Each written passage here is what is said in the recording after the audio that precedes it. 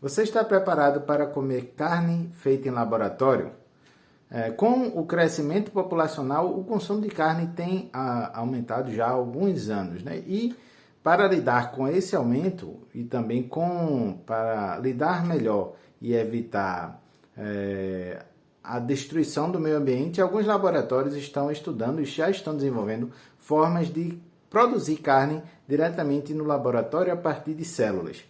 E tem algumas coisas interessantes nesse processo que a gente poderia abordar, né? Da mesma forma que, por exemplo, aplicativos de transporte como o Uber, 99pop, eles vêm modificando a forma que o transporte público ou que o transporte em si vem se modificando, né? E ainda vai se modificar mais, já que parte das frotas do próprio Uber tenderão a ser feitas através de carros autônomos que não precisam de motoristas.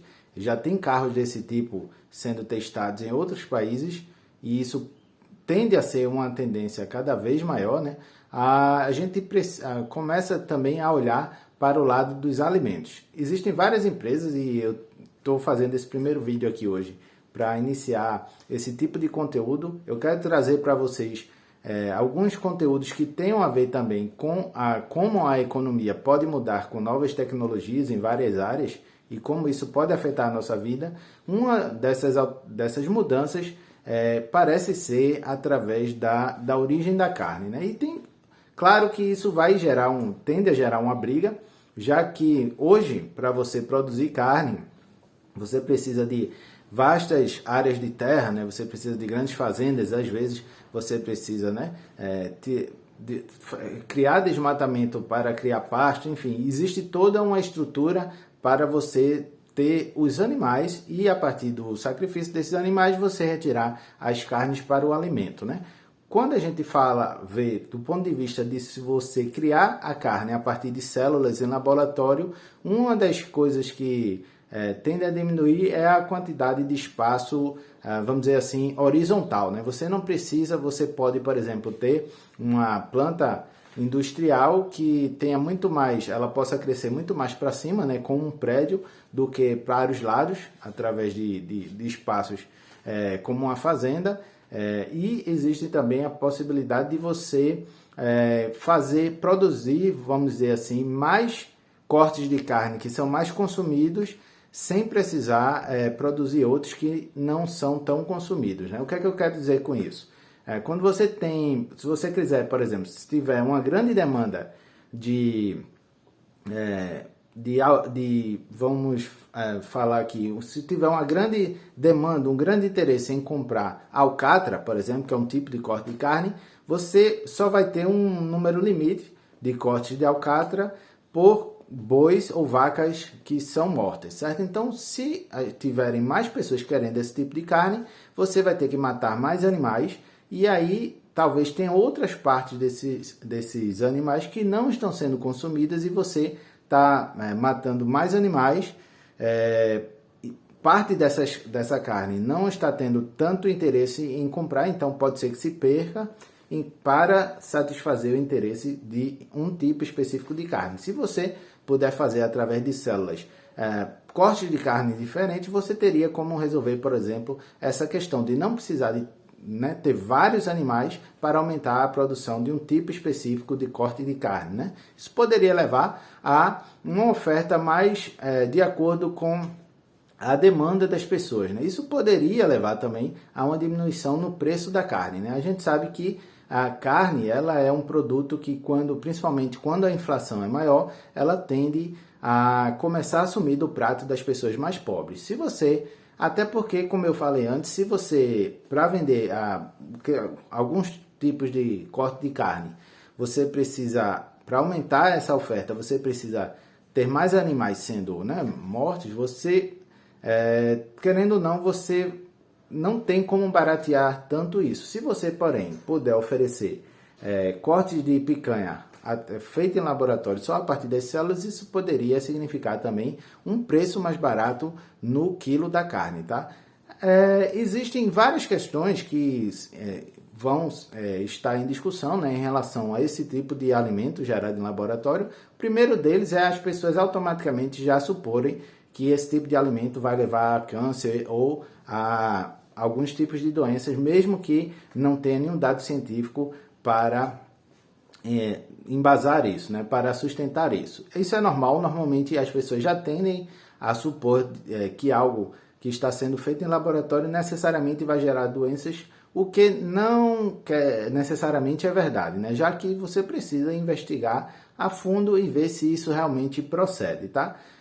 E diante da possibilidade disso, claro que ainda está muito no começo, mas a partir do momento que isso for se tornando algo mais real, né? Algo mais constante na vida das pessoas, quando esse tipo de carne começar realmente a chegar nos supermercados, vai surgir também uma guerra entre os grandes produtores rurais, né? Que existe uma grande indústria, por exemplo, no Brasil, por exemplo, você tem um dos maiores produtores de carne no mundo, você vai ter um embate, assim como a gente vê um embate hoje, entre taxistas e motoristas de aplicativos, ou entre outras áreas em que novas tecnologias vão sendo introduzidas, e isso gera um conflito com o modelo antigo de trabalho, de produção, tende a gerar uma briga, a gente provavelmente vai começar a ver daqui a um tempo também um tipo de conflito nesse sentido, né? E muito desse conflito vai se dar através de propaganda, né? Você vai ter, por exemplo, pode ser que realmente a carne feita em laboratório tenha algum mal para a saúde, e isso vai ser explorado contra esse tipo de carne. Assim como pode ser também que não exista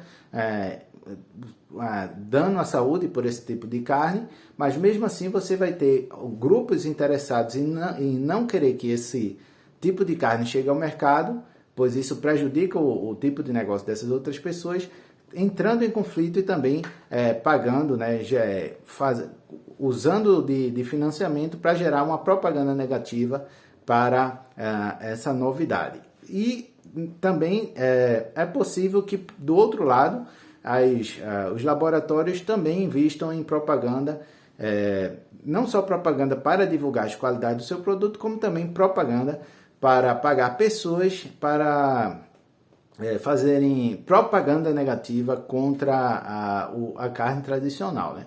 Eu sei que tem uma parte das pessoas que tenderão a dizer que, por ser feito em laboratório, isso vai fazer com que, na verdade, a carne fique mais cara, porém eu não sei se isso tende a se sustentar, pois eu lembro até quando eu estava na escola, né, há bastante tempo atrás, o professor dizia que quando a gente tivesse frutas que fossem geneticamente modificadas, né, transgênicas, as frutas ficariam mais caras, o pobre teria menos possibilidade de ter acesso à comida e o pequeno produtor rural não poderia plantar, já que essas frutas não teriam sementes e ele teria que comprar semente ao fornecedor de sementes, e por isso essas sementes seriam muito caras e o pequeno produtor seria impossibilitado, qualquer pessoa seria impossibilitada de plantar suas próprias frutas, o que acabou não se mostrando real na prática, né? Hoje em dia, se você for no supermercado, você vai ver que os produtos orgânicos eles são mais caros do que os produtos que usam de outras técnicas, né? Usam de fertilizantes artificiais, né? E usam outros elementos para cuidar da terra e cuidar da plantação. Existe uma lógica também para isso, né? Porque quando você vai tá fazendo tudo de forma orgânica, é mais difícil você cuidar da plantação, né? Existe uma chance maior, muitas vezes, daquela plantação pegar, né, algum fungo, alguma doença, alguma coisa que prejudica a plantação, gere uma perda maior no número de frutos que você tem, de produtos que você tem a oferecer, e isso faz com que o produto fique mais caro. O fato é que, na prática, no supermercado, a gente vê que o produto orgânico ele é mais saudável, provavelmente sim, porém, ele é mais caro, né? E aí fica aquele dilema, né? Na prática, quem pode consumir tudo orgânico são as pessoas mais ricas, e as pessoas mais pobres, elas não têm condições de pagar pelo orgânico porque eles são mais caros e aí consomem os outros, né, alimentos que não são orgânicos. Por outro lado, esses alimentos, essa forma de produzir os alimentos não orgânicos possibilita que os alimentos se tornem mais baratos e assim eles conseguem chegar na mesa de mais pessoas, e pessoas mais pobres passam inclusive a ter acesso a frutas e verduras que elas não poderiam consumir se tivessem que consumir os orgânicos. Esse vídeo foi para a gente introduzir esse tipo de conteúdo.